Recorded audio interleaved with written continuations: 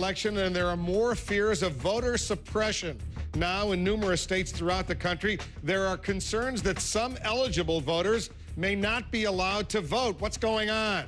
Let's go to CNN's Abby Boudreau from our Special Investigations Unit. She's been looking into this story. It's raising lots of concern, Abby. What are you finding out? Well, Wolf, the idea of voter suppression is a real concern to a lot of people. We've talked to some eligible voters who fear their right to vote is now being challenged. Just 2 weeks ago, 21-year-old Kyla Berry received a disturbing letter in the mail from local election officials stating she is not a U.S. citizen. That was news to her. Are you a citizen? I am. And where are you from? I'm from Boston, Massachusetts.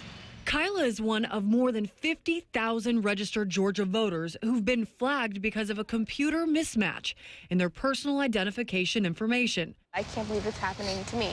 Some 4,500 of those are having their citizenship questioned. Every year, election officials strike millions of names from the voter rolls using processes that are secret, prone to error, and vulnerable to manipulation.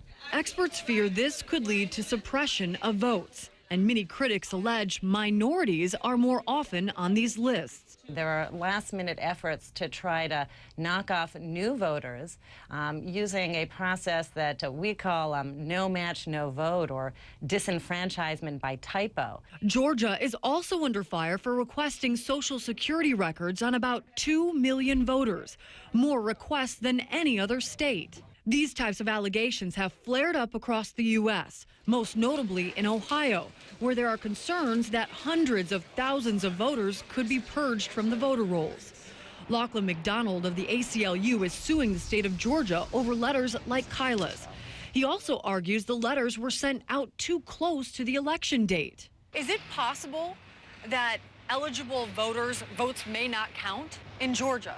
Well, if people who are properly eligible get improperly challenged and purged, the answer would be yes. But Georgia's Secretary of State Karen Handel says she's not worried.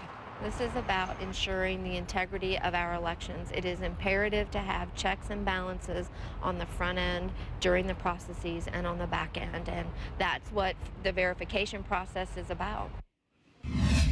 Someone like Kyla would still be allowed to cast a provisional ballot when she votes, but it's then up to those county officials whether those ballots would actually count. And of course, there are a lot of people who fear that that process just won't work and eligible voters will be left out. What has this young woman done, Abby, to try to resolve this problem?